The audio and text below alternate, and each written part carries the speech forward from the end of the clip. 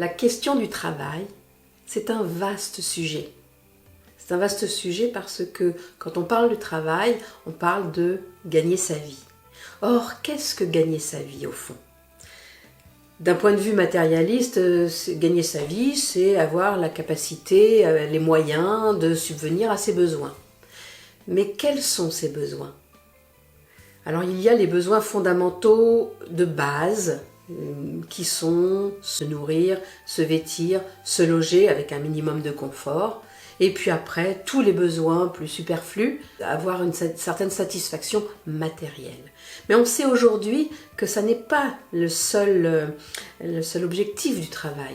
Et on voit bien que de plus en plus de personnes ont besoin de sentir qu'ils se réalisent dans le travail. Là, on parle de besoins fondamentaux spirituels. On n'est plus dans le matériel. Tous les êtres humains ont besoin d'être aimés. Alors ça va appartenir à la sphère privée. Mais dans le travail, ça peut se traduire par de la reconnaissance. Ça peut se traduire par de la compréhension, se sentir compris. C'est tellement important. Et par le respect. Ces qualités-là relationnelles augmentent l'estime de soi, la confiance en soi. Et on est heureux de travailler. Et puis il y a aussi le sentiment d'évoluer. Avoir besoin d'évoluer, se sentir progresser. Sentir que l'on peut à tout moment continuer d'être enseigné, continuer d'apprendre. Apprendre les savoir-faire et apprendre les savoir-être. Et ça fait partie des choses qui sont tellement essentielles.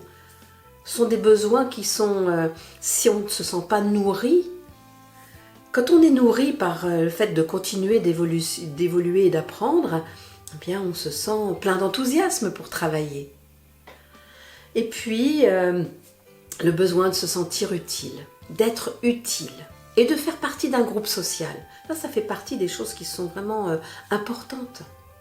Et on voit que lorsque, par exemple, les personnes partent à la retraite, si on n'y a pas pensé avant, d'un seul coup, il y a quelque chose qui tombe et les personnes qui partent à la retraite sans s'être préparées peuvent tomber dans une déprime.